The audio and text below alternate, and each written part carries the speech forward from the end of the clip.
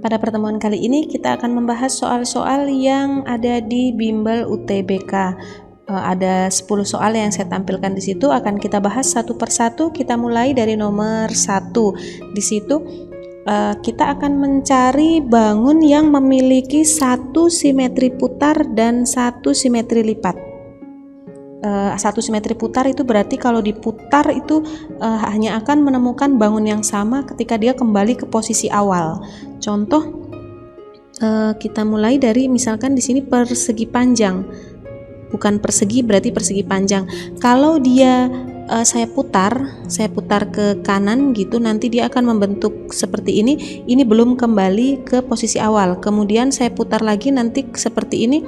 Nah, ini kembali ke posisi awal, berarti dia separuh putaran kembali ke posisi awal. Kemudian nanti saya putar lagi, kembali seperti ini lagi bentuknya. Terus nanti setelah saya putar lagi yang berikutnya kembali ke posisi awal, diputar 360 derajat, berarti dia 2 kali kembali ke posisi awal. Itu artinya dia mempunyai 2 simetri putar. Jadi ketika diputar 360 derajat dia kembali ke posisi awal sebanyak 2 kali, itu artinya dia memiliki 2 simetri putar. Berarti bukan 1. Berarti kalau ini kita punya 2 simetri putar. Kemudian yang nomor 2 itu ada belah ketupat bukan persegi. Nah, seperti ini. Ini kalau kita putar ke kanan, bentuknya nanti jadi seperti ini. Nah, seperti ini. Kemudian kita putar lagi, nanti baru kembali seperti ini. Putar setengah putaran, kembali seperti ini. Terus putar lagi, nanti kembali lagi seperti ini. Putar 360 derajat, kembali seperti ini. Itu artinya dia punya 2 simetri putar. Kalau ini misalkan kita yang ditanya simetri lipatnya, ini adalah simetri lipat karena kalau dia dilipat di sini mempunyai bentuk yang sama. Kalau dilipat di sini dia juga mempunyai bentuk yang sama. Sedangkan ini kalau misalkan saya bagi di sini dia tidak akan membentuk simetri lipat. Berarti ini tidak punya simetri lipat. Ini saya bagi ke sini juga, ini turunnya nanti ke bawah ke sini, jadi dia tidak menutup bangun yang di bawah ini, berarti dia dikatakan tidak punya simetri lipat. Kemudian yang ketiga itu ada segitiga sama kaki bukan sama sisi, berarti ini kalau saya lipat di sini dia akan lipat ke kiri, dia akan menutup bagian yang di sebelah kiri, berarti dia punya 1 simetri lipat. Kalau saya lipatnya ke sini tidak bisa menutup bawahnya, berarti dia hanya punya 1 simetri lipat ini aja.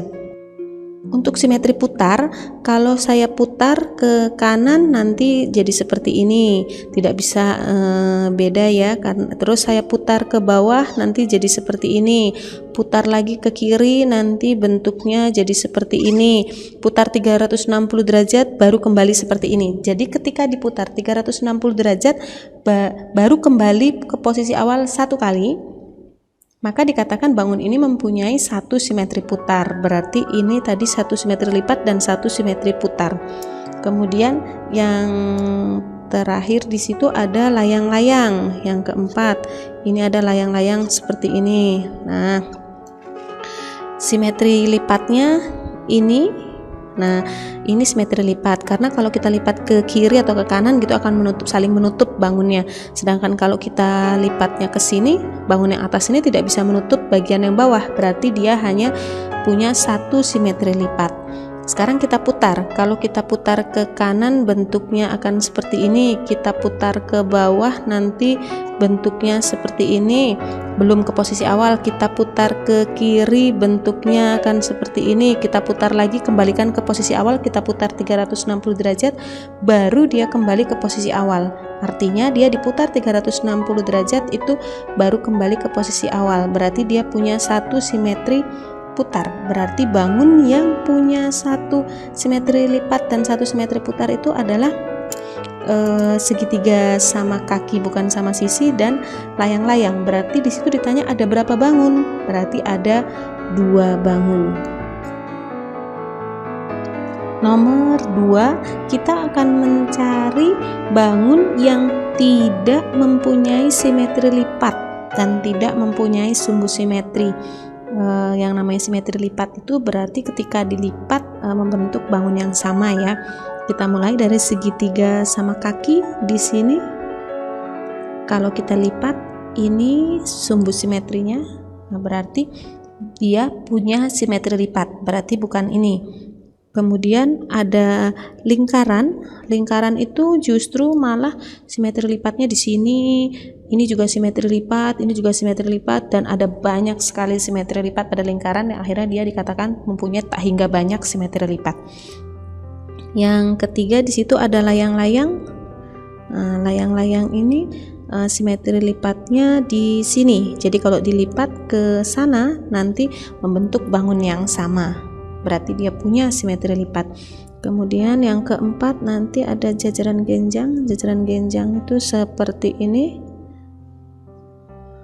Bangun ini kalau kita lihat sekilas mungkin kita mengatakan ini simetri lipatnya, padahal ketika dia dilipat ini turunnya ke bawah sini. Nah ini kayak gini, ini bukan simetri lipatnya. Jadi bangun yang tidak punya simetri lipat itu adalah jajaran genjang, atau kita di sini tulisnya berarti 4 saja. Nomor 3, kita akan mencari nilai X apabila matriks A itu matriks singular. Singular itu artinya tidak punya inverse atau determinannya sama dengan 0.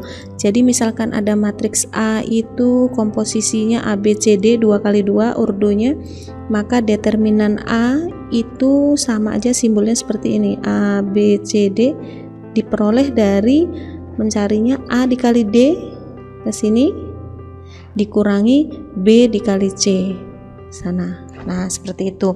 Sekarang kita hitung.